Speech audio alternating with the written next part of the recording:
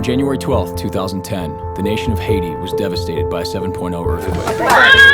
That is also the day that Team Rubicon was born and called into action. We reacted.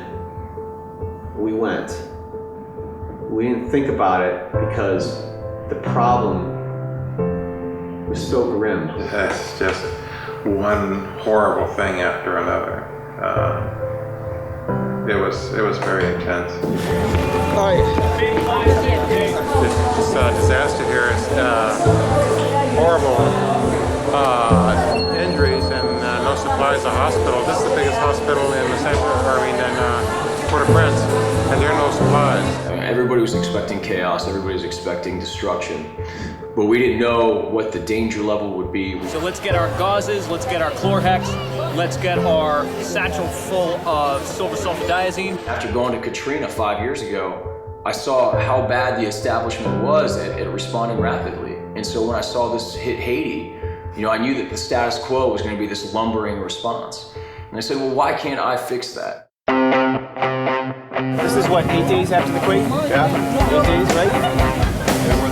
So 8 days after the quake, and we're first responders. There's no central government. There's no one handing out this type of aid at this point. These people are starving. So it's really kind of a pandemonium out there. Team Rubicon doesn't cut through red tape. They arrive before the red tape. And it's just like a well-oiled machine from start to finish. We want to be able to deploy these autonomous teams into regions that have been struck and devastated and bridge that gap between when that devastation happens and when the large aid organizations can respond. Team Rubicon is a non-profit veteran service organization that repurposes the skills of military veterans and pairs them with medical professionals in the immediate aftermath of natural disasters. Team Rubicon's fast-moving, highly trained volunteer teams arrived after severe storms ripped through Dallas. Team Rubicon has recruited over 2,500 volunteers, deployed over 100 veterans in 10 disasters across the country. I'm glad y'all were safe. Yeah. Appreciate it, sir. They were on the ground in Chile after the devastating earthquake. Over 500 people were killed and thousands were in need of medical help. Necesitas médicos? Team members had to travel through desolate and dangerous areas to find victims.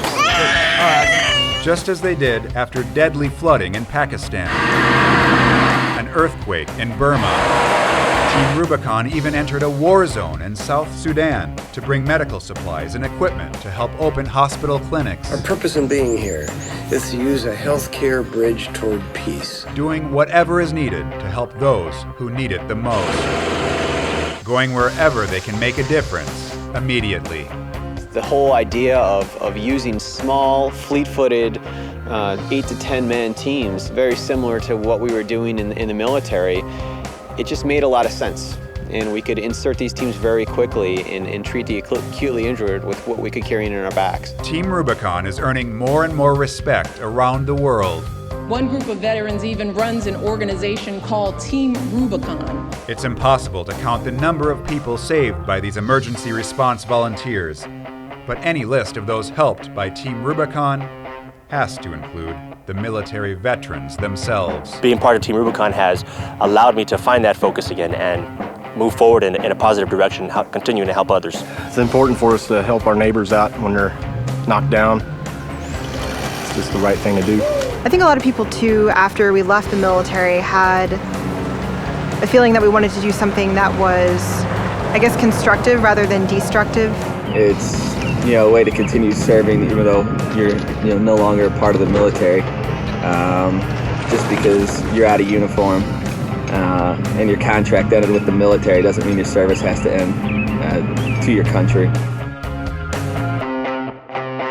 Grinnell College proudly recognizes Jacob Wood and William McNulty, co-founders of Team Rubicon, with the 2012 Grinnell Prize for their work to unite the skills and talents of military veterans with medical first response teams in disaster areas. The prize honors young innovators and leaders while acknowledging the college's history of social change. Congratulations to co-founders Jacob Wood and William McNulty and Team Rubicon.